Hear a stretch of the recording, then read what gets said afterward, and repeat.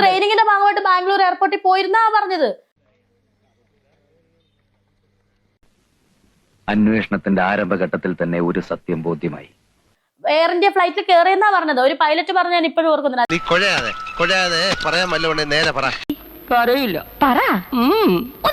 അദ്ദേഹം കുഞ്ഞിലെ തൊട്ട് വീട്ടിലിരിക്കുന്ന മോളിൽ കൂടെ ഫ്ലൈറ്റ് പോകുന്ന കണ്ടപ്പോ അദ്ദേഹം ഇങ്ങനെ ആലോചിച്ചു, എന്തെങ്കിലും ഞാൻ പൈലറ്റ് ആവും. ശരി, അപ്പൊ അങ്ങനെയാണ് സംഗതികളുടെ കിടപ്പ്. അങ്ങനെ അദ്ദേഹത്തിന്റെ ആശ വളർന്ന് അദ്ദേഹം പൈലറ്റ് ആയി. ഞങ്ങളെ പൈലറ്റ് അദ്ദേഹം ട്രെയിനിങ്ങും ഞങ്ങൾക്ക് തന്നു. പറഞ്ഞ വിശ്വസിക്കോ? ഇല്ല.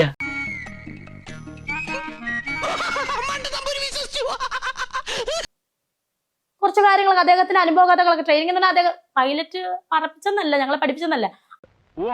എന്നാ പിന്നെ പേടിക്കണ്ട. അദ്ദേഹത്തിന്റെ അനുഭവങ്ങളൊക്കെ പറഞ്ഞു, ഏവിയേഷൻ ബന്ധമായിട്ടുള്ള കാര്യങ്ങളൊക്കെ പറഞ്ഞു തന്നു. എന്നിട്ട് പിന്നീട് എന്ത് സംഭവിച്ചു?